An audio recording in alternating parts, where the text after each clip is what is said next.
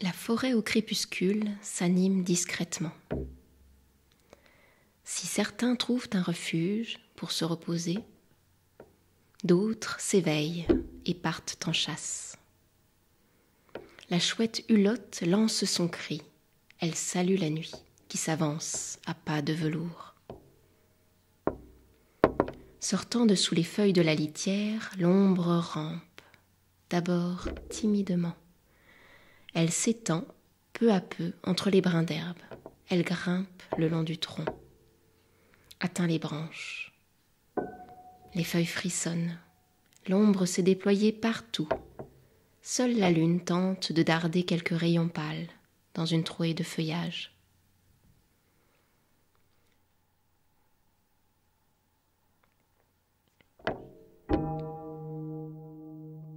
La forêt a mis sa robe de nuit.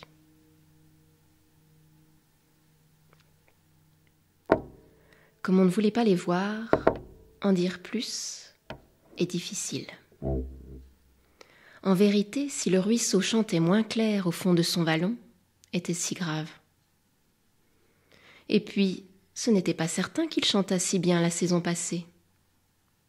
Notre mémoire nous joue parfois des tours.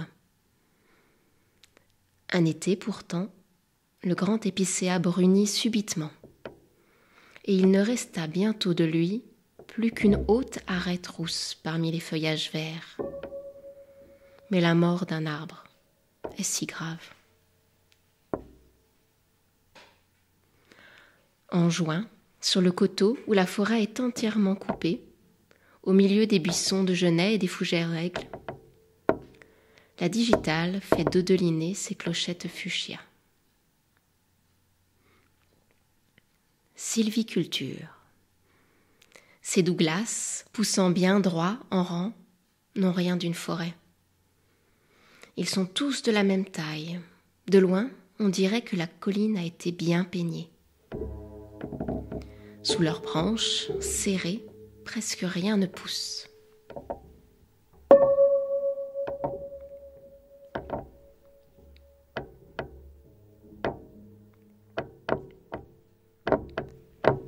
Assise au pied du vieux chêne, j'écoute le temps s'infiltrer dans la terre, devenir humus. Je ferme les yeux pour chasser les froids qui pèsent sur demain.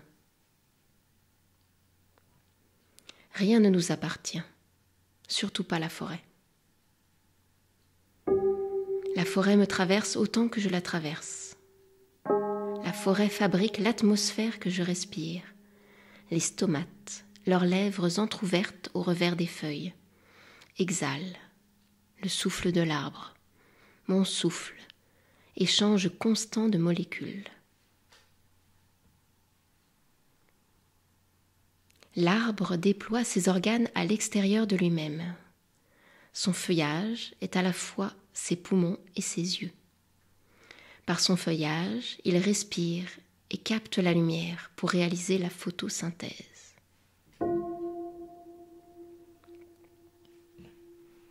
J'écoute le poumon vert du frêne froissé par le vent. La plante ne voit que le jour et la nuit, que l'ombre et la lumière. Tout son être est tendu vers le soleil.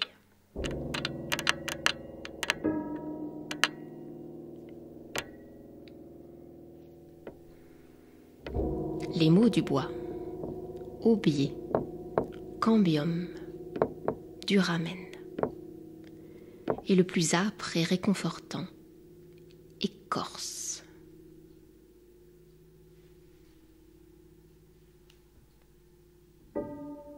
La structure du branchage écrit dans l'espace l'identité de l'arbre, son appartenance à une espèce, mais aussi l'environnement qui le contraint et le façonne.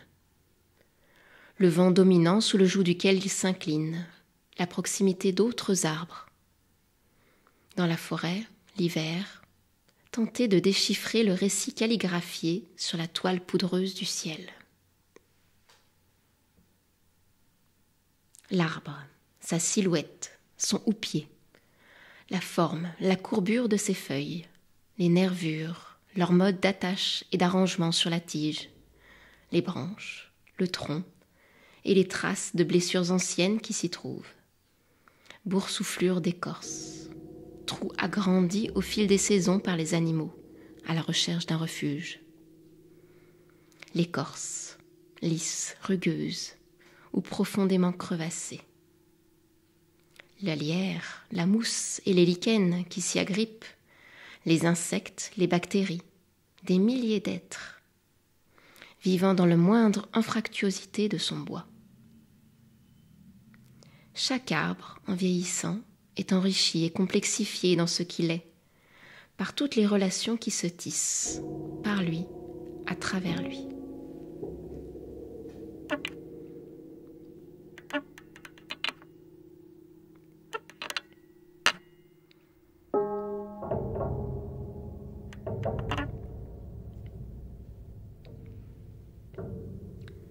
Les arbres de la forêt creusent d'innombrables galeries à travers le sol, le sable, la glaise, les matières organiques digérées, transportées par les vers, les roches fracturées avec force lenteur. Le réseau des racines inlassablement s'étend, enlacé au mycélium. L'eau épuisée là, pour être emportée vers les cimes.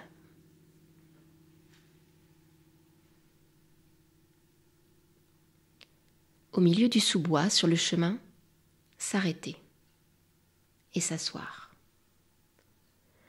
Laisser là se dissoudre l'agitation du monde, dans l'humidité de la mousse, agrippé par les poils infimes de ses brins verts, couler dans sa forêt microscopique. Sur cette île liquide, être un naufragé, vivre lentement, aux côtés d'étranges êtres des origines.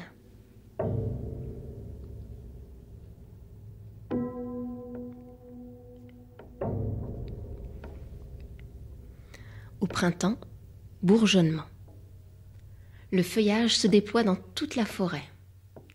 Des milliards de feuilles exposent au ciel leurs déplis prolifiques. Le feuillage des arbres de la forêt ondoie sous la caresse du vent. J'entends le bruissement des feuilles fébriles. Leur corps se balance au bout de leurs pétioles. Mais ce qui anime réellement, profondément, le feuillage est une force occulte. Car trop lentre pour être perçue par notre regard d'animal. Cependant, sachons-le, les arbres végètent partout autour de nous. Végéter, du verbe latin vegetare, qui en dit bien plus que son équivalent français, et embrasse l'activité végétale dans son ensemble. Se nourrir, se reproduire, croître, bourgeonner, se déployer, proliférer, persévérer coûte que coûte dans la vie. Vegetare, puissance d'éclosion et de germination.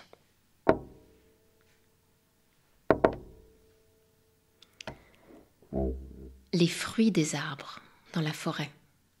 Le gland du chêne, le faîne du hêtre, la samarre du frêne, la pomme du pin, et tous ceux qui n'ont pas de nom particulier, mais qui un jour, après du temps passé sous l'humus, la terre se réchauffant après l'hiver, fendent leurs coquilles.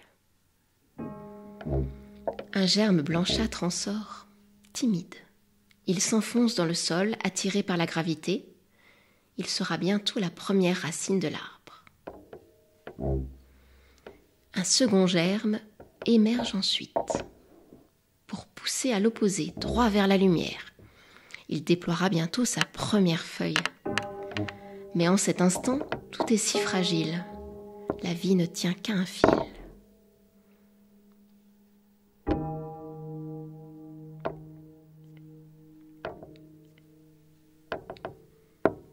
Un grignotement infime à l'intérieur de l'arbre, imperceptible pour l'oreille du promeneur. La vie cachée d'une larve blanche et dodue, sous l'écorce, que nous signale le pic par les coups sonores de son bec, frappant le tronc. La larve trouvée et mangée ne pourra jamais prendre sa forme adulte de Capricorne. imago, carapassonné de noir et de brun rougeâtre, ses antennes immenses, appendices mythologiques. Alphabet minuscule et mouvant, les fourmis rousses en file indienne sur le rocher.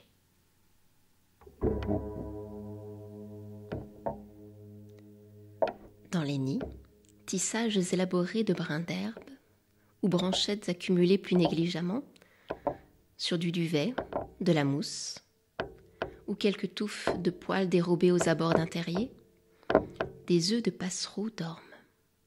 Ils sont mouchetés, tachetés, bleutés, bruns, beiges ou grisâtres. Lisses et polis, ce sont des graines, les cailloux du petit pousset. La mémoire du vol est dans l'aile de la mésange qui s'élance pour la première fois du nid.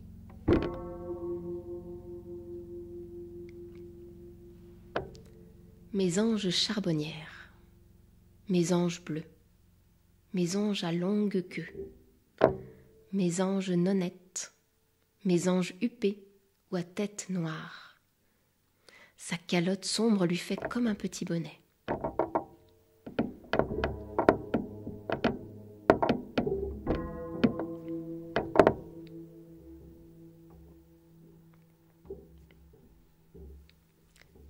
Rencontre furtive au crépuscule dans le sous-bois.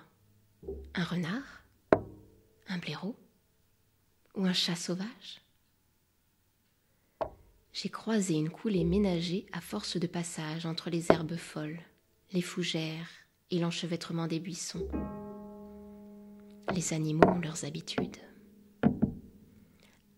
À la lisière de la forêt, arbustes et arbrisseaux poussent serrés les uns contre les autres.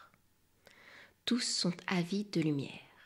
La ronce, elle, étend son bras couvert d'épines en direction de la prairie.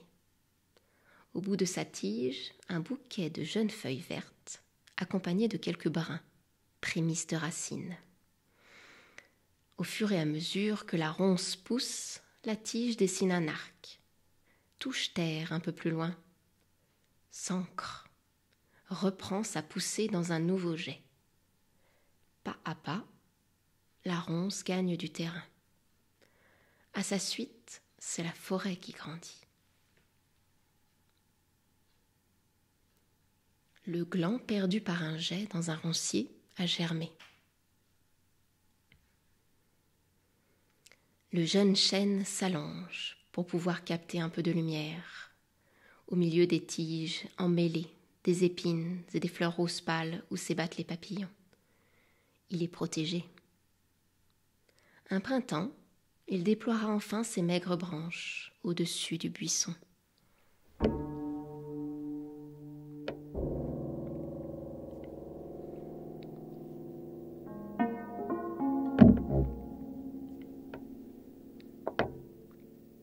Dans la forêt, mes bêtes sombres attendent. La nuit, la lampe éteinte à la fenêtre de la cabane pour lécher le sang de leurs plaies.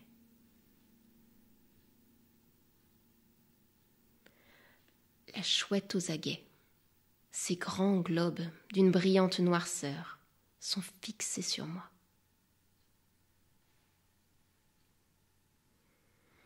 Les étoiles, par-dessus les frondaisons, sont des os étincelants dispersés à travers la voûte céleste. Ceux de tous les animaux nés et morts depuis le commencement des temps. Dans les strates de l'humus que le verre remue sans cesse, on trouve la mémoire des années, tombées une à une. Chaque automne, les arbres y déposent leurs manteaux d'or et de feu. Mais dans l'air asséché de l'été, la forêt est un navire qui tangue. C'est un édifice fragile où chaque être est indispensable, participe de l'équilibre général de mort et de vie et de mort. Sur le sentier mouillé, il y a des pas perdus.